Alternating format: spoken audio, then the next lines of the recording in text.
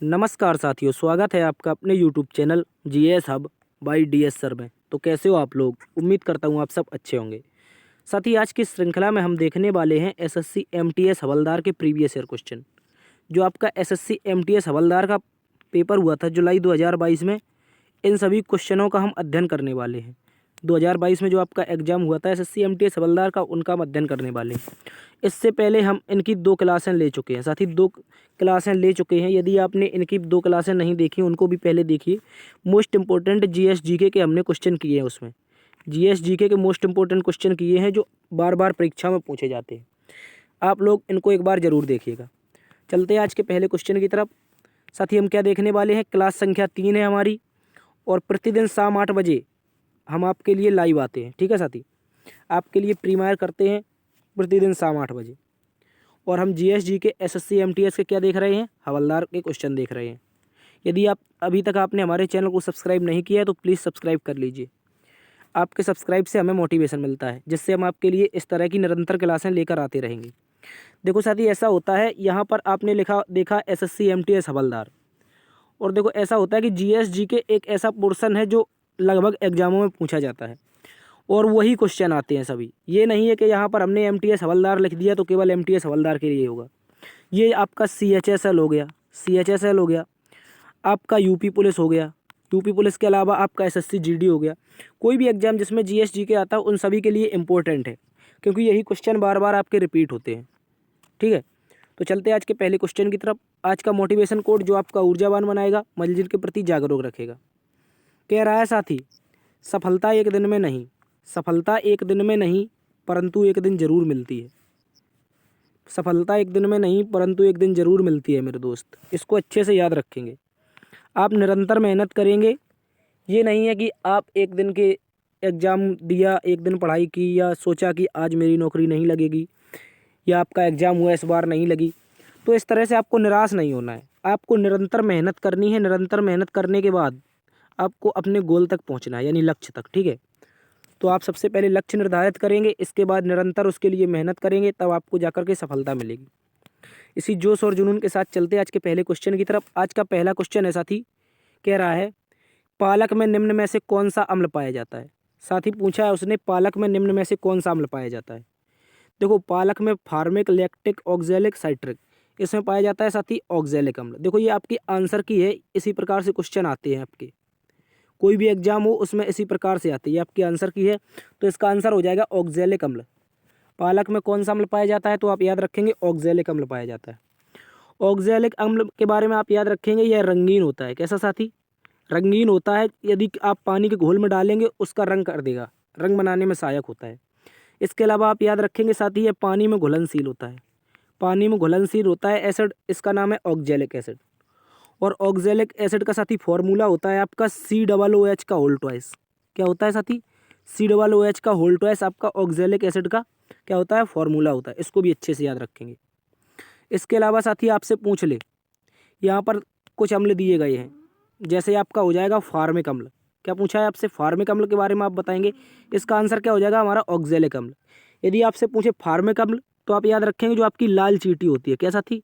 जो आपकी लाल चींटी होती है, इस लाल चींटी के डंक में, आपके साथी बिच्छू के डंक में, बिच्छू के डंक के अलावा आपके जो भंवरे होते हैं, भंवरों के डंक में, भंवरों के डंक के अलावा साथी आपके शहद वाली जो मधुमक्खी होती है, शहद की मधुमक्खी होती है, इसके भी डंक में क्या पाया जाता है? आप याद रखेंगे फार्मिक एसिड पाया जाता है। आपको जो दर्द होता है किसी के मक्खी या लाल चींटी या बिच्छू के काटने से, जो दर्द होता है वो फॉर्मिक एसिड के कारण होता है। इसको अच्छे से याद रखेंगे। ये दर्द देने के लिए फॉर्मिक एसिड काम आता है। ठीक है, और इसके अलावा साथी आपसे पूछ ले लैक्टिक एसिड, तो लैक्टिक एसिड के बारे में आप याद रखेंगे साथी, ये दूध में पाया जाता है। किसमें साथी? जो आपका लैक्टिक एसिड होता है ये आपका दूध में पाया जाता है। ठीक है, और इसका लैक्टिक एसिड का फॉर्मूला होता है साथी C3H6O3। क्या होता है? C3H6O3। ये किसका फॉर्मूला होता है? तो याद रखेंगे आपका लैक्टिक एसिड का होता है। ठीक है, आपसे पूछ ले साइट्रिक एसिड या सिट्रिक एसिड, तो इसके बारे में याद रखेंगे साथी, आपके खट्टे पदार्थों में पाया जाता है। किसमें साथी? जो आपके खट्टे पदार्थ होते हैं उनमें क्या पाया जाता है? आप याद रखेंगे साइट्रिक एसिड पाया जाता है। जैसे जैसे किन किन में? आपका नींबू होता है खट्टा, नींबू के अलावा संतरा खट्टा होता है, संतरा के अलावा साथी आपका आंवला खट्टा होता है। क्या होता है साथी? आंवला खट्टा होता है। आंवला के अलावा आपका करौंदा खट्टा होता है साथी। क्या होता है? करौंदा खट्टा। इन सभी में क्या पाया जाता है? साइट्रिक एसिड पाया जाता है। आपसे पूछा क्या है? पालक में। पालक में कौन पाया जाएगा? ऑक्जेलिक एसिड पाया जाएगा। इसके अलावा पालक में सर्वाधिक मात्रा में आपको क्या मिलता है साथी? तो आप याद रखेंगे सर्वाधिक मात्रा में आपको मिलता है आयरन मिलता है। क्या मिलता है? आयरन। यानी कि लोहा की कमी यदि आपके शरीर में होती है तो आप पालक बहुत ज़्यादा खाएंगे, जिससे आप में आयरन की कमी पूरी कर देगा पालक। ठीक है, इसको अच्छे से याद रखेंगे। और पालक में अम्ल पाया जाएगा ऑक्जेलिक एसिड। चलते अगले क्वेश्चन की तरफ। आज का दूसरा क्वेश्चन है, कह रहा है साथी डैश एक ऐसी तकनीक है जिसमें आसपास के स्थायी स्वस्थ ऊतकों को कम नुकसान पहुंचाकर कैंसर की कोशिकाओं में विकिरण द्वारा नष्ट किया जाता है। देखो, कैंसर की कई प्रकार की वो होती हैं आपकी इलाज। ठीक है, उसमें आपका कीमोथेरेपी भी होता है, सर्जरी भी होता है और रेडियोथेरेपी होता है। लेकिन आपसे पूछा क्या? विकिरण द्वारा नष्ट करना। क्या साथी? विकिरण द्वारा, किसी किरण के द्वारा कैंसर को नष्ट करना। जो आपके आसपास के ऊतक हैं, जैसे आपको कैंसर है यकृत में, और यकृत में जो आसपास के ऊतक पाए जाते हैं, इन ऊतकों को नुकसान ना होकर ये किरण सीधी कैंसर के जीवाणुओं पर, यानी कि जो कैंसर के कीटाणु या जीवाणु होते हैं, इन पर सीधा अटैक करे तो क्या हो जाएगा? इसको क्या कहेंगे? इसको कहेंगे साथी विकिरण चिकित्सा। विकिरण चिकित्सा, इसी को साथी कहते हैं रेडियोथेरेपी। क्या कहते हैं? रेडियोथेरेपी। आपका सर्जरी भी एक तरह से होता है शल्य चिकित्सा, यानी चीर फाड़। देखो, कैंसर में क्या होता है, आपको यदि कहीं पर आपकी कोशिकाएं बढ़ जाती हैं, कोशिकाएं जब बढ़ जाती हैं आपके गाल आल में, जैसे कैंसर हो जाएगा, जो गुटखा खाते हैं उनकी जब कोशिकाएं बढ़ जाती हैं, उनको काट पेड़ के क्या किया जाता है? सीधा किया जाता है, यानी कि चीर फाड़ किया जाता है। चीर फाड़ को कहते हैं साथी शल्य चिकित्सा। और आपका कीमोथेरेपी क्या होता है साथी? आप याद रखेंगे, आपका कीमोथेरेपी भी एक कैंसर का इलाज ही होता है। ठीक है, ये भी। आपसे पूछे फिजियोथेरेपी। फिजियोथेरेपी क्या होता है साथी? यानी कि भौतिक चिकित्सा क्या होता है? आपने देखा होगा खेल कूद के मैदान में खिलाड़ियों के लिए फिजियो रखे जाते हैं। क्या रखे जाते हैं? फिजियो। यानी कि जो किसी खिलाड़ी को चोट लग जाए उसके लिए एक भाग के डॉक्टर आता है, उस डॉक्टर को क्या कहते हैं? फिजियो कहते हैं। यानी कि आपको फिजिकली फिट रखना क्या कहलाता है? फिजियोथेरेपी कहलाता है। इसको अच्छे से याद रखेंगे। कैंसर में कोशिकाओं को यदि विकिरण द्वारा नष्ट करना है तो क्या कहेंगे? शल्य चिकित्सा का, सॉरी, विकिरण चिकित्सा यानी कि रेडियोथेरेपी कहेंगे। यदि काट पीट के अलग करना है कोशिकाओं को तो शल्य चिकित्सा कहेंगे। ठीक है, तो आपसे विकिरण पूछा है तो इसका आंसर हो जाएगा ऑप्शन नंबर 4, विकिरण चिकित्सा। चलते अगले क्वेश्चन की तरफ साथी। अगला क्वेश्चन हमसे कह रहा है भारतीय संविधान का निम्न में से कौन सा अनुच्छेद निर्देशक सिद्धांतों के अनुप्रयोग के बारे में बताता है? यानी कि साथी आपसे पूछा है, कुल मिलाकर आपसे पूछा है, जैसे आपके डीपीएसपी हैं, आपके डीपीएसपी हैं, इनके बारे में कौन सा अनुच्छेद बताता है इनकी सुनवाई हो सकती है नहीं हो सकती, इसके बारे में उसने पूछा है आपसे।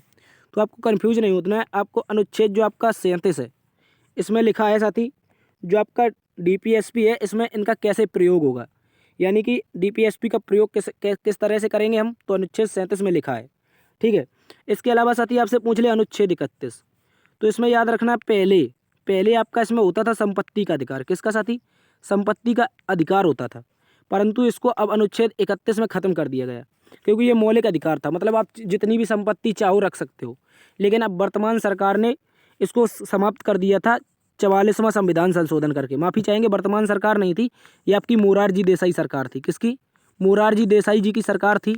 इसमें क्या किया था मोरारजी देसाई ने? 44वां कॉन्स्टिट्यूशनल अमेंडमेंट करते हैं, जिसके तहत आपका क्या करते हैं, संपत्ति का अधिकार को खत्म करके क्या बनाते हैं? पहले ये था साथी फंडामेंटल राइट, यानी कि मौलिक अधिकार, इसको अब बना देते हैं लीगल राइट। लीगल राइट यानी कि विधिक अधिकार बना देते हैं। ठीक है, इसको 44वां संविधान संशोधन करके 31 के स्थान पर इसको जोड़ा जाता है अनुच्छेद 300A में। किसमें साथी? 300A में इसको जोड़ा जाता है। इसी को कहते हैं 300 का भी कहते हैं इसको। ठीक है, तो 300A में हम जोड़ते हैं संपत्ति के अधिकार को 44वें संविधान संशोधन के तहत। इससे पहले आपका मौलिक अधिकारों में जो था उसमें अनुच्छेद 19F के अंतर्गत भी आता था इसको, परंतु अब इसको भी खत्म कर दिया है। संपत्ति का अधिकार मौलिक अधिकारों में 2 जगह था, एक अनुच्छेद 31 में और एक अनुच्छेद 29F में। अब इन दोनों को समाप्त करके कहाँ कर दिया है? तो 300A में कर दिया है। इसको अच्छे से याद रखना। यदि साथी आपसे पूछ ले अनुच्छेद 45 में क्या है, तो आप लोग याद रखेंगे, जो आपका कोई बच्चा है, इसमें लिखा गया है कोई बच्चा 0 से जब तक 14 वर्ष का नहीं हो जाता है, इसको तब तक के लिए आप निःशुल्क शिक्षा देंगे। क्या देंगे साथी? केंद्र सरकार यानी कि राज्य सरकार निःशुल्क शिक्षा की व्यवस्था करेगी। निःशुल्क जो शिक्षा होगी ये कौन देगा? तो आपको राज्य सरकार, राज्य आपके लिए जो बच्चे हैं 14 वर्ष से कम उम्र के, इनके लिए 10 वर्षों तक जो शिक्षा होगी, कितने वर्षों तक? 10 वर्षों तक जो शिक्षा होगी ये कौन देगा? आपके लिए सरकार आपको फ्री में उपलब्ध कराएगी। इसको अच्छे से याद रखना। इसके अलावा साथी पूछ ले आपसे अनुच्छेद 44, तो इसके बारे में आप लोग याद रखेंगे। अनुच्छेद माफी चाहेंगे अनुच्छेद 42, अनुच्छेद 42 में आप याद रखेंगे इसमें क्या होता है, मैंने कल भी बताया था आपको। इसमें होती है साथी प्रसूति सहायता। जो आपकी गर्भवती महिलाएं होती हैं इनके लिए आपको जो 102 फ्री में डायल करने का नंबर दिया गया है एम्बुलेंस का, ये आपका अनुच्छेद 42 के तहत ही सरकार आपको देती है। इसके अलावा आपको न्याय संगत, न्याय संगत का मतलब क्या होता है तो याद रखेंगे, कोई कार्य करना है, इसी अनुच्छेद 42 के 2 में लिखा है जो कोई कार्य करना है इसमें न्याय संगत करने के लिए, यानी कि किसी कार्य में सभी को बराबर न्याय मिलेगा। ठीक है, इसको भी अच्छे से याद रखेंगे। प्रसूति सहायता और न्याय संगत अनुच्छेद 42 में लिखा है। अनुच्छेद 45 में लिखा है आपको 0 से 6 वर्ष के 14 वर्ष के बच्चों के लिए 10 वर्ष तक सरकार आपको निःशुल्क से क्या देगी, शिक्षा देगी। ठीक है, इसके अलावा 31 और 19 ऐप में था आपका संपत्ति का अधिकार, जिसको अब मोरारजी देसाई सरकार ने 44वें संविधान संशोधन करके क्या बना दिया, लीगल राइट बना दिया। और हमसे पूछा क्या है, नीति निर्देशक सिद्धांतों के बारे में उपयोग कहाँ पर लिखा है, तो अनुच्छेद 37 में लिखा है। इसको भी अच्छे से याद रखेंगे। चलते अगले क्वेश्चन की तरफ। अगला क्वेश्चन साथी हमसे कह रहा है, निम्नलिखित में से कौन सी भारतीय मार्शल आर्ट है जिसकी उत्पत्ति आधुनिक केरल में हुई थी। जल्दी से बताएंगे। कुल मिलाकर आपसे पूछा है केरल की मार्शल आर्ट क्या है, क्या पूछा है, केरल का मार्शल आर्ट क्या है, यानी कि युद्ध कला क्या है। तो आप याद रखेंगे केरल की युद्ध कला है साथी आपकी कलारीपट्टू। क्या नाम है साथी इसका, इसका नाम है साथी कलारीपट्टू। इसको अच्छे से याद रखेंगे, मोस्ट इंपोर्टेंट क्वेश्चन है। इसके अलावा साथी आपसे पूछ ले गटका, गटका कहाँ की युद्ध कला है, तो आप याद रखेंगे ये पंजाब की है। कहाँ की साथी, पंजाब की। जो हमारा सिख धर्म है, कौन सा साथी, जो आपका सिख धर्म है, सिख धर्म के जो बच्चे होते हैं यानी कि जो व्यक्ति होते हैं वो क्या करते हैं, इनकी युद्ध कला स्पेशल होती है, गटका कहते हैं जैसे। ठीक है, इसको अच्छे से याद रखेंगे। इसके अलावा आपसे पूछ ले साथी कराटे सॉरी, यदि आपसे पूछ ले कराटे तो आप बताएंगे ये साथी जापान का मार्शल आर्ट है। कहाँ का साथी, कराटे आपका जापान का मार्शल आर्ट है। ये मोस्ट इंपोर्टेंट क्वेश्चन है। यदि पूछ ले मै थाई कहाँ का मार्शल आर्ट है, तो देखो यहाँ पर क्या लिखा है, थाई, थाई मतलब थाईलैंड। जो आपका मै थाई है ये साथी थाईलैंड का मार्शल आर्ट है। इसको भी अच्छे से याद रखेंगे। ठीक है, तो गटका हमारा पंजाब का मार्शल आर्ट हो जाएगा, कराटे हमारा जापान का मार्शल आर्ट हो जाएगा, कलारीपट्टू कहाँ का हो जाएगा, आपका हो जाएगा केरल का। इसके अलावा मै थाई हो जाएगा थाईलैंड का। इन सभी को अच्छे से याद रखेंगे। इसके अलावा आप याद रखेंगे मलखम्ब, क्या साथी, जो आपका मलखम्ब होता है इसको भी याद रखेंगे। ये आपका मध्य प्रदेश का मार्शल आर्ट है। कहाँ का, मध्य प्रदेश का मार्शल आर्ट है, जैसे अभी हाल ही में खेल मंत्रालय ने खेल का भी दर्जा दे दिया है। ठीक है, जो आपका मलखम्ब है ये एक प्रकार का खेल का भी दर्जा किसने दे दिया है, तो याद रखेंगे केंद्र सरकार ने। ठीक है, खेल मंत्रालय ने। और जो आपका गटका है ये भी आपका एक प्रकार का खेल का दर्जा इसको भी मिल चुका है। क्या, जो आपका गटका है सिखों वाला मार्शल आर्ट, इसको भी खेल का दर्जा मिल चुका है। ठीक है, चलते अगले क्वेश्चन की तरफ। अगला क्वेश्चन साथी कह रहा है पूर्वी रेलवे जोन का मुख्यालय डैश में स्थित है। जो आपका पूर्वी रेलवे जोन है, कौन साथी, पूर्वी रेलवे जोन, आप बताएंगे इसका मुख्यालय कहाँ पर स्थित है। ठीक है, तो आपसे पूछा है पूर्वी रेलवे जोन का मुख्यालय कहाँ पर है, तो याद रखेंगे साथी कोलकाता में। कहाँ पर साथी, कोलकाता में। ठीक है, इसको अच्छे से याद रखेंगे। पूर्वी रेलवे जोन का मुख्यालय कहाँ पर है, कोलकाता में। इसके अलावा आपको याद रखना है भारत में कुल कितने रेलवे जोन हैं। यदि आपसे पूछ ले रेलवे जोन कितने हैं, तो आप याद रखेंगे आपके कुल मिलाकर के साथी 18 रेलवे जोन है। कितने, 18। 18 को इस तरह से लिखते हैं हम 17+1। अब आपके दिमाग में आना चाहिए 17+1 क्यों लिखते हैं। 17 तो आपके रेलवे जोन है, एक जो आपका मेट्रो जोन है, कौन साथी, जो आपका मेट्रो जोन है इसको भी रेलवे जोन का दर्जा दिया गया है। ये आपका कहाँ का है, इसको याद रखेंगे कोलकाता जो मेट्रो है। क्या साथी, कोलकाता मेट्रो है आपकी, कोलकाता मेट्रो को भी स्पेशली रूप में आपका क्या दिया गया है, इसको याद रखेंगे, इसको रेलवे जोन का भी दर्जा मिला है। यदि पूछ ले साथी आपसे लेटेस्ट, क्या पूछ ले, लेटेस्ट रेलवे जोन कौन है, यानी कि नवीनतम, नवीनतम यानी कि जो कोई नया बना हो आपका 18वें नंबर का कौन सा है, तो आप याद रखेंगे ये आपका विशाखापट्टनम है। कौन सा साथी, विशाखापट्टनम जो आंध्र प्रदेश में पड़ता है, ये नवीनतम रेलवे जोन है। और इस रेलवे जोन को हम जानते हैं दक्षिण तटीय रेलवे जोन के नाम से। किस रेलवे जोन के नाम से जानते हैं लेटेस्ट को, दक्षिण तटीय रेलवे जोन। ठीक है, इसको अच्छे से याद रखेंगे, दक्षिण तटीय रेलवे जोन। ठीक है, इसको अच्छे से याद रखेंगे। ये आपका कहाँ पर पड़ता है, तो याद रखेंगे ये विशाखापट्टनम में पड़ता है, ये 18वें नंबर का है। ठीक है, चलते अगले क्वेश्चन की तरफ। इसका आंसर क्या हो जाएगा हमारा, कोलकाता हो जाएगा। अगला क्वेश्चन कह रहा है साथी हरिसेन डैश के दरबारी कवि थे। आप बताएंगे हरिसेन किसके दरबारी कवि थे। यदि पूछे हरिसेन किसके दरबारी कवि थे तो याद रखेंगे समुद्रगुप्त के। ठीक है, किसके, समुद्रगुप्त के। और हरिसेन के बारे में आप चीज़ याद रखेंगे, इन्होंने लिखी थी प्रयाग प्रशस्ति। क्या साथी, प्रयाग प्रशस्ति इन्होंने लिखी थी। इसको अच्छे से याद रखेंगे। इसी प्रयाग प्रशस्ति को साथी जानते इलाहाबाद प्रशस्ति के नाम से। किसके, इलाहाबाद प्रशस्ति। क्यों जानते हैं, तो साथी आपका प्रयागराज, इलाहाबाद का नया नाम क्या हो गया, प्रयागराज, इसलिए इलाहाबाद प्रशस्ति का नाम क्या हो गया, प्रयाग प्रशस्ति। और आप याद रखेंगे जो आपका अशोक स्तंभ था, कौन सा थी, अशोक स्तंभ पर हरिशेठ जी के द्वारा कुछ शब्द लिखे गए थे, यानी कि जो आपका स्तंभ था अशोक स्तंभ, उस पर कुछ शब्द लिखे गए थे, उसी को कहते हैं हम इलाहाबाद प्रशस्ति या प्रयाग प्रशस्ति। ठीक है, इसको अच्छे से याद रखेंगे। और हरिशेठ किसका दरबारी कवि था, तो साथी ये समुद्रगुप्त का दरबारी कवि था, ये गुप्त वंश का था। समुद्रगुप्त को साथी कहते हैं भारत का नेपोलियन, क्या कहते हैं, भारत का नेपोलियन किसे कहते हैं, नेपोलियन, तो आप याद रखेंगे समुद्रगुप्त को कहते हैं। ठीक है, नेपोलियन। ठीक है, इसको अच्छे से याद रखेंगे। इसके अलावा आप याद रखेंगे बिंबिसार, बिंबिसार को याद रखेंगे साथी, ये हर्यक वंश का संस्थापक था, किसका, इसके बारे में थोड़ी डिटेल से जानकारी लेते हैं बिंबिसार के बारे में। ये साथी हर्यक वंश का संस्थापक था, आप याद रखेंगे हर्यक वंश का संस्थापक कौन था, बिंबिसार था। इसके अलावा आप याद रखेंगे साथी, इसके दरबार में एक वैद्य रहता था जिसका नाम था जीवक, क्या नाम था साथी, जीवक वैद्य था। और ये एक साथी वाल रोग विशेषज्ञ था, वाल रोग विशेषज्ञ था। ठीक है, वाल रोग विशेषज्ञ, इसको अच्छे से याद रखेंगे। इसके अलावा आप याद रखेंगे जो जीवक था, ये जीवक जो किसके, हर्यक वंश में बिंबिसार के दरबार में रहता था, ये भगवान गौतम बुद्ध का भी निजी चिकित्सक था, क्या साथी, भगवान गौतम बुद्ध का जो निजी वैद्य था, निजी वैद्य, ये यही जीवक था साथी। मैं गारंटी लेता हूँ आपको अभी तक ये किसी ने नहीं बताया होगा। आप किसी से बड़ी ऑफलाइन कोचिंग में चले जाएंगे, आपको ये नहीं बताया गया होगा। जो भगवान गौतम बुद्ध थे, कौन थे, इसका स्क्रीनशॉट ले लीजिए। भगवान गौतम बुद्ध थे इनका राष्ट्रीय वैद्य, यानी कि निजी वैद्य। जैसे आप स्पेशल कोई डॉक्टर रखते हैं, वो कौन था, तो भगवान गौतम बुद्ध का स्पेशल वैद्य था जीवक। ये मैं लिखित दे रहा हूँ, आप मेरे खिलाफ कुछ भी कर सकते हैं, ये इसका सही आंसर है। आपको अभी तक किसी ने नहीं बताया होगा, कोई भी ऑफलाइन कोई भी ऑनलाइन में। जो आपका निजी वैद्य जीवक था, इसको अच्छे से याद रखेंगे। जीवक किसका, भगवान गौतम बुद्ध का निजी वैद्य था, और ये बिंबिसार के दरबार में रहता था, बाल रोग विशेषज्ञ था, और तक्षशिला में पढ़ा था। कहाँ पर साथी, तक्षशिला में ये पढ़ा था। ठीक है, इसको अच्छे से याद रखेंगे।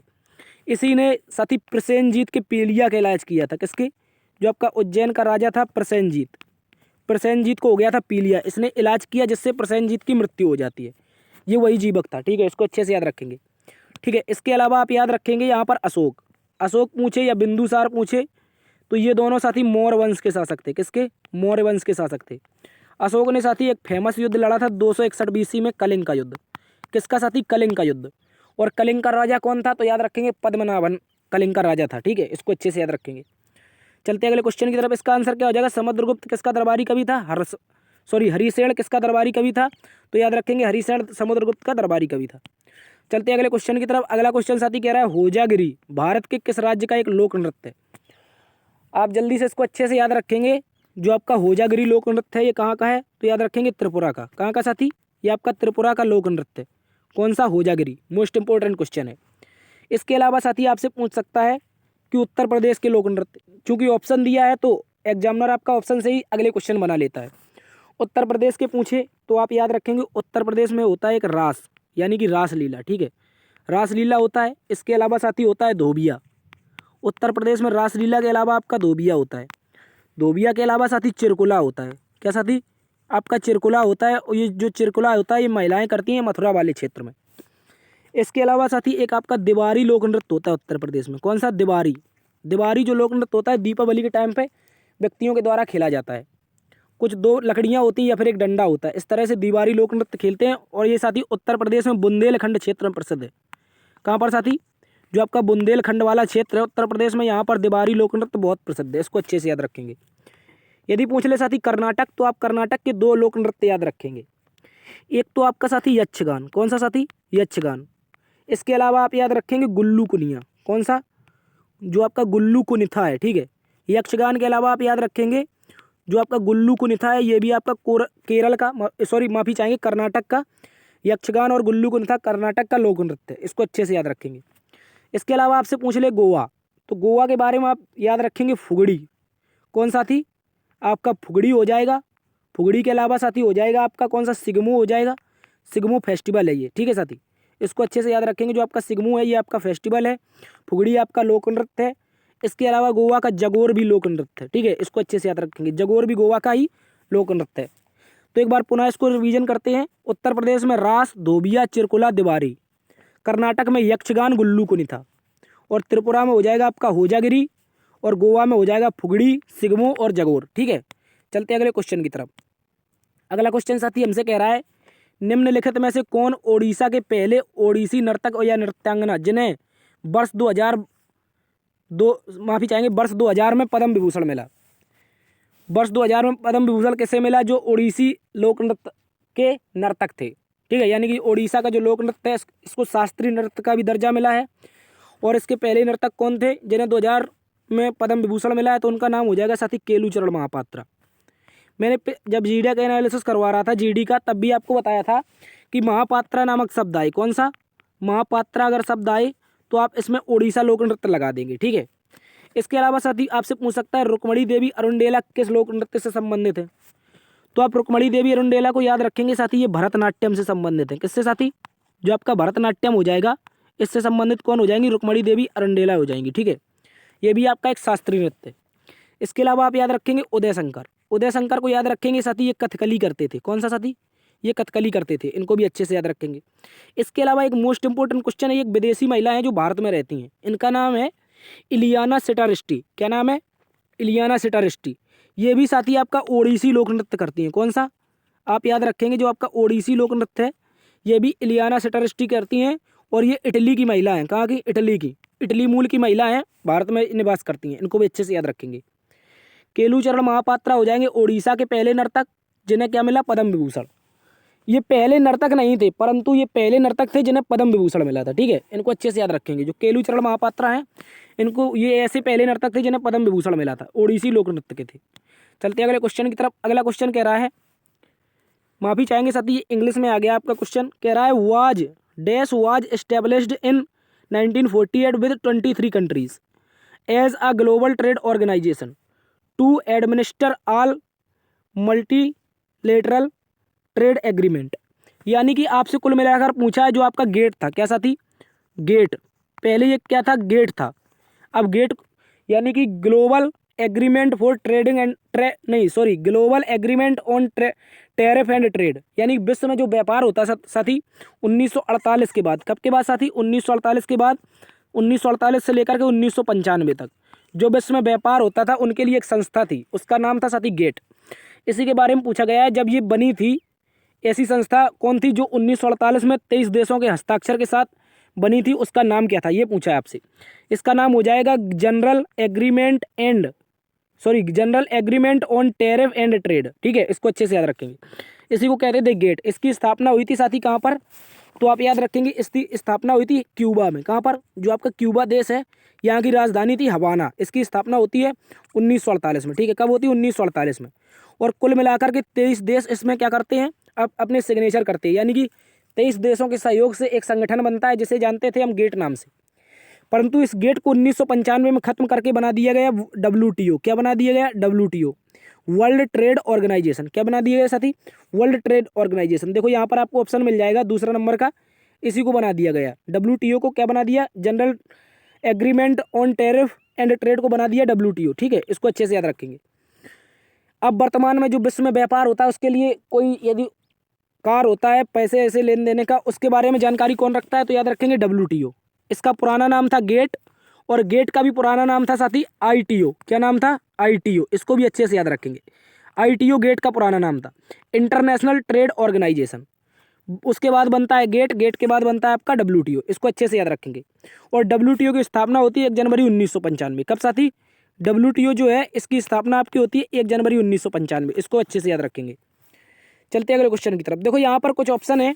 यदि आपसे पूछ ले वर्ल्ड चैम्बर कॉमर्स, क्या पूछ ले साथी? वर्ल्ड चैम्बर कॉमर्स यानी कि वाणिज्यिक व्यापार मंडल, ठीक है। विश्व वाणिज्यिक व्यापार मंडल, इसकी स्थापना कब होती है? तो याद रखेंगे साथी इसकी स्थापना होती है 1921 में, ठीक है। इसको भी अच्छे से याद रखेंगे। ये आपसे पूछा क्या है? जो 1948 में बना था 23 देशों के सहयोग से, इसका नाम था general agreement on tariff trade, ठीक है। आप टेंशन नहीं लेंगे, आप सोच रहे हो इतना लंबा खिंच गया, माफ़ी चाहेंगे, आपको अच्छे से समझाने के लिए इतना करना पड़ा, ठीक है। चलते हैं अगले क्वेश्चन की तरफ। अगला क्वेश्चन भी इंग्लिश में ही है। कह रहा है as of March 2022 which of the following is the highest motorable pass in India. यानी कि कह रहा है मार्च 2022 के अनुसार भारत का सबसे ऊंचा वह कौन सा दर्रा था जहां पर मोटर वाहन युक्त था, यानी कि जहां पर वाहन चल सकते थे। 2022 के अनुसार भारत का सबसे ऊंचा दर्रा जहां पर मोटर वाहन चल सकते थे, तो उसको याद रखेंगे। इसका नाम है साथी खारदुंगला। कौन सा थी? खारदुंगला। खारदुंगला दर्रा कहाँ पर पड़ता है? तो आप याद रखेंगे साथी ये लद्दाख में पड़ता है। कहाँ पर? ये मोस्ट इंपॉर्टेंट क्वेश्चन है, ये लद्दाख में पड़ता है। और इसमें जो खारदुंगला है यहाँ पर सड़क का निर्माण किसने किया है? तो याद रखेंगे बीआरओ ने यहाँ पर सड़क का निर्माण किया। किसने? Border road organization. ठीक है, बॉर्डर एंड रोड ऑर्गेनाइजेशन ने इसकी क्या की है? इसका निर्माण किया है। यदि पूछ ले साथी आपसे बॉर्डर ऑर्गेनाइजेशन की स्थापना कब होती है, तो आप याद रखेंगे 7 मई 1960 को। 7 मई 1960 को बॉर्डर रोड ऑर्गेनाइजेशन की स्थापना होती है। साथी ये एक प्रकार का सशस्त्र सीमा बल है। ठीक है, ये एक प्रकार का सशस्त्र सीमा बल है। इसमें हमारे देश के जवान होते हैं, वो इंजीनियर के रूप में कार्य करते हैं। यानी कि जो आपका सरहद है किसी भी अपने देश की सीमा पर, जैसे ही अपना इस प्रकार से देश हो जाएगा, ये आपका देश है, ये आपके किसी देश की सीमा पर, जैसे ये यहाँ पर बांग्लादेश है, बांग्लादेश की सीमा पर यदि सड़क बनाना है तो कौन बनाएगा? बीआरओ बनाएगा, बॉर्डर रोड ऑर्गेनाइजेशन। इसका बॉर्डर का मतलब ये है कि बॉर्डर पर सड़क बनाएगा। तो साथी कौन बनाएगा? Border road organization. इसकी स्थापना होती है 7 मई 1960। ठीक है, 7 मई 1960 को इसकी स्थापना होती है। और भारत का सबसे ऊंचा रोड कहाँ पर बना है? कौन से दर्रे में बना है? तो याद रखेंगे खारदुंगला में। लनकला, उमलिंगला और चांगला, ये चारों के चारों दर्रा साथी लद्दाख में स्थित है। इनको भी अच्छे से याद रखेंगे। चारों के चारों जो दर्रा है इनको भी याद रखेंगे। ज्योग्राफी की दृष्टि से आपसे क्वेश्चन पूछा जाता है 1 नंबर का। जो खारदुंगला है, लनकला है, उमलिंगला है और चांगला है, ये सारे के सारे दर्रे कहाँ पर हैं? लद्दाख में। चलते हैं अगले क्वेश्चन की तरफ। अगला क्वेश्चन साथी कह रहा है द ग्रेट इंडियन नोबेल पुस्तक के लेखक कौन है? द ग्रेट इंडियन नोबेल पुस्तक के लेखक कौन है? तो आप याद रखेंगे शशि थरूर। 13 सुरूर, शशि थरूर। ठीक है, इनको अच्छे से याद रखेंगे। ग्रेट इंडियन नोबेल के लेखक कौन है? तो याद रखेंगे ग्रेट इंडियन नोबेल पुस्तक के लेखक हैं आपके शशि थरूर। ठीक है, यदि पूछ रहे आपसे किरण बेदी तो इनके बारे में याद रखेंगे साथी फियरलेस गवर्नेंस। कौन साथी? जो आपकी फियरलेस गवर्नेंस पुस्तक है, फियरलेस गवर्नेंस पुस्तक, इसको किसने लिखा है? तो याद रखेंगे आपके लिखा है किरण बेदी ने। ठीक है, इनको अच्छे से याद रखेंगे। किरण बेदी भारत की पहली महिला आईपीएस ऑफिसर थी। इनको भी अच्छे से याद रखेंगे। चलते हैं अगले क्वेश्चन की तरफ। अगला क्वेश्चन साथी हमसे कह रहा है निम्नलिखित में से किस राजनीतिक दल भारत में पंजाबी सूबा आंदोलन का नेतृत्व किया गया था? यानी कि कह रहा है पंजाब में जो सूबा आंदोलन हुआ था इसका नेतृत्व किस राजनीतिक दल ने किया था? तो आप याद रखेंगे सबसे पहले सूबा आंदोलन हुआ कब था? ये आपका हुआ था साथी 1950 में। कब हुआ था? सूबा आंदोलन होता है आपका 1950 में। और इसको किस राजनीतिक दल के द्वारा किया जाता है? तो याद रखेंगे श्रोमणी अकाली दल। कौन साथी? श्रोमणी अकाली दल के द्वारा इसको नेतृत्व किया जाता है पंजाब के सूबा आंदोलन का। ठीक है, यदि साथी आपसे पूछ ले गदर पार्टी तो आप याद रखेंगे 1913 में लाला हरदयाल ने, किसने साथी? लाला हरदयाल ने इसकी स्थापना की थी। लाला हरदयाल ने इसकी स्थापना की थी सैन फ्रांसिस्को में। कहाँ पर साथी? आपके सैन फ्रांसिस्को में इसकी स्थापना की थी। और सैन फ्रांसिस्को कहाँ पड़ता है? तो यूएसए में। इसको अच्छे से याद रखेंगे। 1913 में लाला हरदयाल ने सैन फ्रांसिस्को में गदर पार्टी की स्थापना की थी। इसके अलावा आपसे पूछ ले साथी राष्ट्रीय कांग्रेस की स्थापना, तो याद रखेंगे इसकी स्थापना होती है साथी 28 दिसंबर 1885 को इसकी स्थापना होती है। किसके द्वारा की जाती है? तो याद रखेंगे ए.ओ. ह्यूम के द्वारा की जाती है। ए.ओ. ह्यूम के द्वारा मुंबई के ग्वालियर टैंक में इसकी स्थापना होती है। वहीं पर इसका पहला अधिवेशन होता है मुंबई में। इसके अध्यक्ष कौन थे अधिवेशन के? तो याद रखेंगे WC बनर्जी इसके पहले अध्यक्ष थे। कौन साथी? WC बनर्जी किसके अध्यक्ष थे? तो याद रखेंगे राष्ट्रीय कांग्रेस के पहले अध्यक्ष थे, जिसका आयोजन हुआ था गोकुलदास तेजपाल महाविद्यालय। कहाँ पर हुआ था? मुंबई में हुआ था। ठीक है, इसको अच्छे से याद रखेंगे। ठीक है, इसके अलावा पूछ ले भारतीय जनता पार्टी। क्या पूछ ले साथी आपसे पूछ ले भारतीय जनता पार्टी। तो भारतीय जनता पार्टी की याद में रखेंगे, इसको याद रखेंगे 1951 में जनता दल के नाम से इसकी स्थापना होती है। किसने की थी? तो याद रखेंगे श्यामा प्रसाद मुखर्जी ने। किसने साथी? श्यामा प्रसाद मुखर्जी एक राष्ट्रीय आंदोलनकारी रहे थे। इन्होंने भारत में भारत जनता दल की स्थापना की, जो 1980 में, कब साथी? 1980 में अटल बिहारी वाजपेयी के नेतृत्व में, प्रधानमंत्री जो रहे हमारे अटल बिहारी वाजपेयी जी के नेतृत्व में 1980 में इसको बना दिया जाता है भारतीय जनता पार्टी। क्या बना दिया जाता है? भारतीय जनता पार्टी। इसको अच्छे से याद रखेंगे। ठीक है, चलते अगले क्वेश्चन की तरफ। अगला क्वेश्चन कह रहा है साथी अमिताभ भारत में एक लोकसभा चुनाव लड़ना चाहता है। निर्वाचन क्षेत्रों की अधिकतम सीमा जहां से वह चुनाव लड़ सकता है, आप बताएंगे। ये तो आपसे क्वेश्चन पूछा है। देखो ये क्वेश्चन फिर से इन्वर्टेड कोमा में है आपका। अमित भारत में लोकसभा का चुनाव लड़ना चाहता है।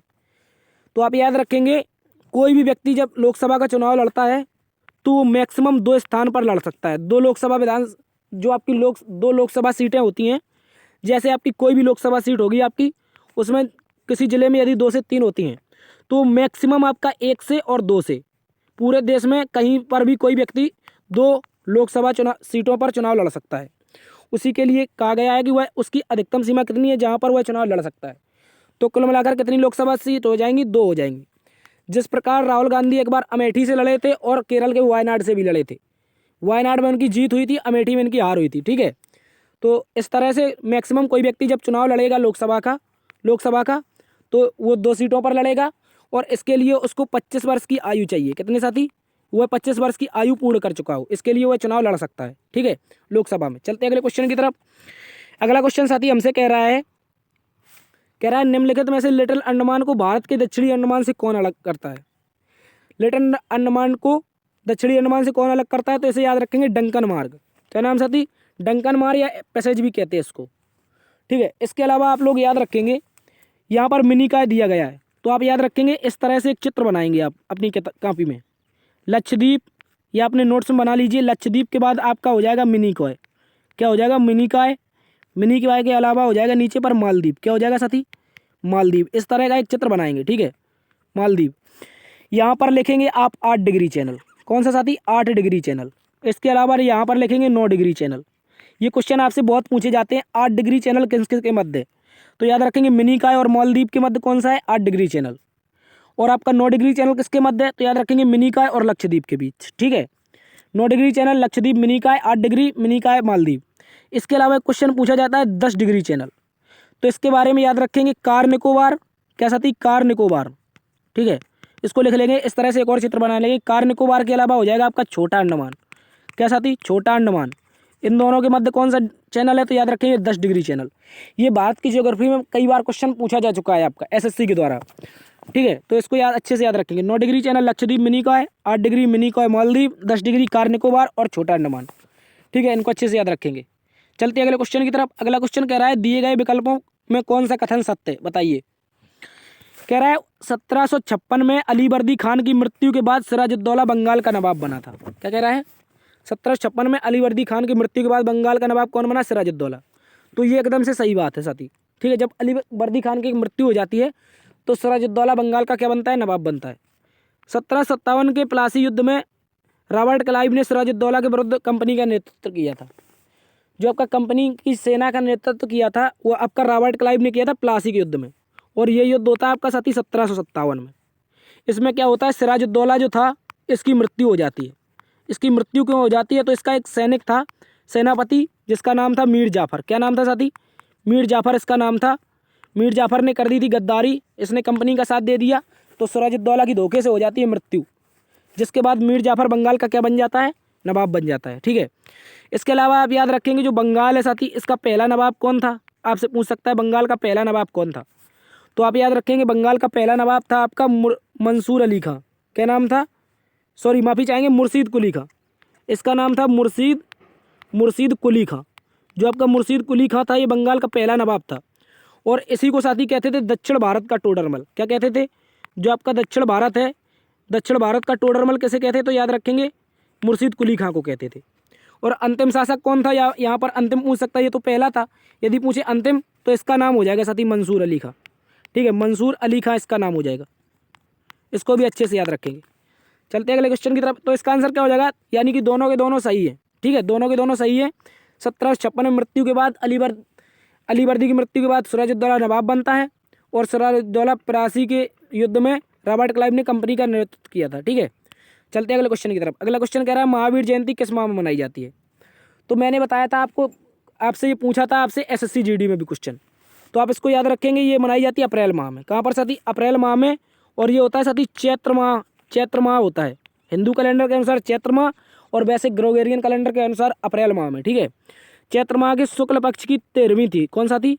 जो आपका शुक्ल पक्ष था इसका जो 13वां दिन था, चंद्रमा वाले शुक्ल पक्ष का 13वां दिन होता है, ये इस पर क्या मनाते हैं? महावीर जयंती मनाते हैं।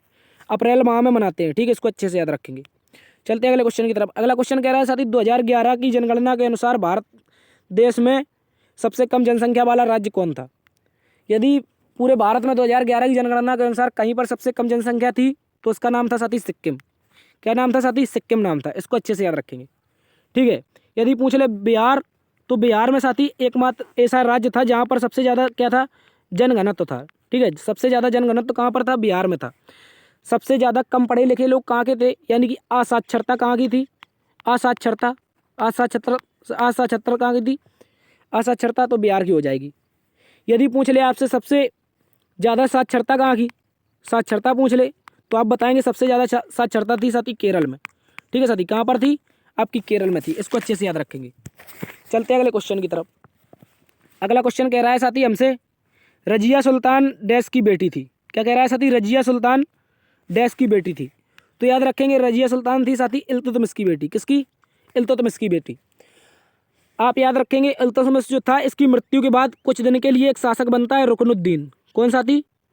रुकनुद्दीन जो बनता है, ये यहाँ का गुलाम वंश का शासक बनता है रुकनुद्दीन। रुकनुद्दीन 8 माह तक शासक रहता है। इसके बाद रुकनुद्दीन की मृत्यु करने के बाद रजिया सुल्तान क्या बन जाती है? भारत की पहली महिला शासिका। पूरे भारत में यदि किसी पहली महिला थी जिसने शासन किया, शासिका थी, उसका नाम क्या था? उसका नाम था साथी रजिया सुल्तान। ठीक है, इसको अच्छे से याद रखेंगे। भारत की पहली महिला शासिका रजिया सुल्तान थी, जो इल्तुतमिश की पुत्री थी। ठीक है, इसको अच्छे से याद रखेंगे। यदि यहाँ पर साथी आपसे पूछ ले बाबर, तो आप याद रखेंगे 1526 में पानीपत के प्रथम युद्ध में, पानीपत का जो प्रथम युद्ध हुआ था, इसमें इसने क्या की थी? मुगल वंश की स्थापना की थी। मुगल वंश की जो स्थापना होती है आपके पानीपत के प्रथम युद्ध में होती है। इसको अच्छे से याद रखेंगे। कुतुबुद्दीन ऐबक, इसने साथी गुलाम वंश की स्थापना की थी। किसकी साथी? जो आपका गुलाम वंश था, गुलाम वंश की स्थापना किसने की थी? तो याद रखेंगे कुतुबुद्दीन ऐबक। इसके अलावा अकबर, तो याद रखेंगे ये भी एक मुगल वंश का ही शासक था। चलते हैं अगले क्वेश्चन की तरफ। अगला क्वेश्चन साथी हमसे कह रहा है, नीति आयोग द्वारा प्रतिस्थापित किए जाने से पूर्व इनमें से किस संगठन द्वारा लकड़वाला सूत्र का प्रयोग करके बेरोजगारी संबंधित आंकड़ों को संकलित किया जाता था? यानी कि कुल मिलाकर आपसे पूछा है कि नीति आयोग किसके स्थान पर बना है, या फिर जब नीति आयोग बना है तो जो नीति आयोग था इसने किसको प्रतिस्थापित किया है? तो याद रखेंगे योजना आयोग को। किसको साथी? योजना आयोग को। योजना आयोग की स्थापना होती साथी मार्च 1950 में। कब साथी? मार्च 1950 में इसकी स्थापना होती है। ठीक है, योजना आयोग की। इसको अच्छे से याद रखेंगे। और जब योजना आयोग को खत्म करके बीजेपी सरकार ने नीति आयोग बनाया, NITI Aayog, national institute transforming for India, जब इसको बनाया साथी तो ये बना था 1 जनवरी 2015 को। ठीक है, 2015 को। इसको अच्छे से याद रखेंगे। योजना आयोग जो था साथी ये पंचवर्षीय योजना चलाता था। कौन सी योजना है? पंचवर्षीय, यानी कि 5 वर्ष के लिए सरकार का प्लान तय करते थे किस प्रकार से देश का विकास होगा। सॉरी, परंतु यदि आपसे पूछ ले आपसे कि जो नीति आयोग है ये कितने वर्ष के लिए योजना बनाता है, तो साथी 3 वर्ष के लिए। जो आपका नीति आयोग है ये मात्र 3 वर्ष के लिए योजना बनाता है और कार्य करता है। ठीक है, देश के विकास के लिए। इसको अच्छे से याद रखेंगे। यदि पूछ ले वित्त आयोग, तो वित्त आयोग बताएंगे आर्टिकल 280 में साथी आपका वित्त आयोग है। ठीक है, वित्त आयोग किस में है? तो आर्टिकल 280 में। इसको भी अच्छे से याद रखेंगे। चलते हैं अगले क्वेश्चन की तरफ। अगला क्वेश्चन साथी हमसे कह रहा है, संविधान अनुसूचित जनजाति आदेश संशोधन विधेयक 2022 7 फरवरी 2022 को लोकसभा में किसने पेश किया? ये उस समय का साथी करंट अफेयर था, तो इसमें ज़्यादा दिमाग नहीं लगाएंगे। अर्जुन मुंडा को याद रख लेंगे। ठीक है, अर्जुन मुंडा ने जो आपका अनुसूचित जनजाति के लिए विधेयक पेश किया था, तो याद रख लेंगे किसने किया था? अर्जुन मुंडा ने। अब आपके दिमाग में आना चाहिए अर्जुन मुंडा ने ही क्यों किया? तो साथी ये भारत के जनजातीय मंत्री हैं। कौन साथी? जो आपकी जनजातीय मंत्री हैं ये आपके अर्जुन मुंडा हैं। ठीक है, इनको अच्छे से याद रखेंगे। इसके अलावा साथी अर्जुन मुंडा 2 राज्यों के, 2 जो आपकी यूटी हैं यानी केंद्र शासित प्रदेश हैं, एक आपका हो जाएगा लक्षद्वीप। कौन सा साथी? लक्षद्वीप। इसके अलावा दादर नगर हवेली, दादर नगर हवेली और दमन द्वीप। ठीक है, दादर नगर हवेली और दमन द्वीप, इन 2 राज्यों के, इन 2 केंद्र शासित प्रदेशों के अर्जुन मुंडा कौन है? गवर्नर हैं। इनको भी अच्छे से याद रखेंगे। यानी कि जो आपके लक्षद्वीप और दादर नगर हवेली के जो गवर्नर हैं, कर्ता धर्ता हैं, वो कौन है? अर्जुन मुंडा है। और ये जनजाति मंत्री भी हैं, इसलिए इन्होंने अनुसूचित जनजाति के लिए क्या लाए थे? विधेयक लाए थे। चलते हैं अगले क्वेश्चन की तरफ। देखो साथी यहाँ पर 2 को ऑप्शन और हैं। यदि पूछ ले अमित शाह, तो इनके बारे में याद रखेंगे, ये भारत के पहले सहकारिता मंत्री हैं। कौन साथी? भारत के पहले सहकारिता मंत्री। आप याद रखेंगे जो सहकारिता मंत्रालय है इसकी स्थापना 2019 में होती है। कब? 2019 में सहकारिता मंत्रालय की स्थापना होती है। और इसके पहले मंत्री कौन है? अमित शाह हैं। और अमित शाह ही साथी आपके गृह मंत्री हैं। कौन साथी? आपके गृह मंत्री जो हैं ये अमित शाह ही हैं। इनको भी अच्छे से याद रखेंगे। इसके अलावा आपसे पूछ ले राजनाथ सिंह, तो याद रखेंगे भारत के ये रक्षा मंत्री हैं। कौन साथी? राजनाथ सिंह जो हैं ये आपके रक्षा मंत्री हैं। और पूर्व में 2014 से लेकर के 2019 तक ये क्या रह चुके हैं? तो ये रह चुके हैं आपके साथी गृह मंत्री। ठीक है, इनको अच्छे से याद रखेंगे। चलते हैं अगले क्वेश्चन की तरफ। अगला क्वेश्चन साथी हमसे कह रहा है बैटरी एसिड का रासायनिक नाम क्या है। साथी जो आपके बैटरी में आपकी बैटरी होती है उसमें कौन सा एसिड डाला जाता है उसका नाम पूछा है। तो आप याद रखेंगे इसका नाम है साथी सल्फ्यूरिक एसिड। क्या नाम साथी? Sulphuric acid. और आप याद रख लेंगे सल्फ्यूरिक एसिड को कहते हैं साथी H2SO4। क्या कहते हैं? H2SO4। ठीक है, इसको इसका फॉर्मूला जो होता है H2SO4 होता है। ठीक है, यदि पूछ ले साथी बोरिक एसिड तो आप इसके बारे में याद रखेंगे ये कीटनाशक दवा है। क्या साथी? कीटनाशक। ठीक है, इसको क्या कहते हैं? कीटनाशक कहते हैं बोरिक एसिड को। ये आपका तिलचट्टा है, चींटियां हैं, पीसू है और दीमक है या बीटल है, इस तरह के जो जीव होते हैं छोटे छोटे जो फसलों में नुकसान करते हैं, तो इन सभी को याद रखेंगे। इनके लिए प्रयोग किया जाता है इनको मारने के लिए बोरिक एसिड का। और बैटरी में प्रयोग करते हैं हम सल्फ्यूरिक एसिड। ठीक है, चलते हैं अगले क्वेश्चन की तरफ। अगला क्वेश्चन साथी हमसे कह रहा है अली अकबर खान किस वाद्य यंत्र से संबंधित है। अली अकबर खान क्या बजाते थे? तो आप याद रखेंगे ये बजाते थे सरोद। क्या साथी? सरोद। इनको अच्छे से याद रखेंगे। आपसे पूछ ले साथी मंजीरा। आपने देखा होगा दो इस प्रकार के पात्र होते हैं, उसमें एक रस्सी जुड़ी होती है जिनको दो उंगलियों के बीच में फंसाते हैं, जिसमें आवाज़ आती है झन झन झन की। पूजा होती है जब, इसी को कहते हैं साथी मंजीरा। ठीक है, क्या कहते हैं? मंजीरा कहते हैं। इसके अलावा आपसे पूछ ले बीड़ा। तो बीड़ा में आप दो लोगों को याद रखेंगे प्राचीन काल में, एक तो समुद्रगुप्त था आपका, समुद्रगुप्त के अलावा था आपका औरंगजेब। औरंगजेब ये क्या बजाता था साथी? बीड़ा बजाता था। लेकिन औरंगजेब बीड़ा तो बजाता था परंतु इसने अपने राज्य में जो आपका संगीत होता है उसको बैन कर रखा था। इतना बेकार आदमी था, स्वयं बजाता था और दूसरों को रोकता था। ठीक है, तो समुद्रगुप्त औरंगजेब क्या बजाते थे? बीड़ा बजाते थे। सॉरी, यदि पूछे सारंगी क्या कौन बजाता था तो आप याद रखेंगे सारंगी बजाते थे राम नारायण। कौन सा थी? एक राम नारायण नामक कलाकार हैं जो आपके सारंगी बजाते थे। इनको अच्छे से याद रखेंगे। तो अली अकबर खान क्या बजाते थे? सरोद बजाते थे। और बीड़ा आपका समुद्रगुप्त औरंगजेब और सारंगी राम नारायण। चलते अगले क्वेश्चन की तरफ। अगला क्वेश्चन साथी हमसे कह रहा है भारतीय टीम के किस खिलाड़ी ने 2022 में श्रीलंका दौरे पर टेस्ट सीरीज में मैन ऑफ द मैच पुरस्कार जीता था। ये साथी करंट अफेयर है, इसको थोड़ा सा याद रख लेंगे। ठीक है, ऋषभ पंत ने इसको जीता था। ये अब नहीं पूछेगा आपसे। यदि पूछ ले रोहित शर्मा तो आप याद रखेंगे ये क्या है? रोहित शर्मा आपके कप्तान हैं।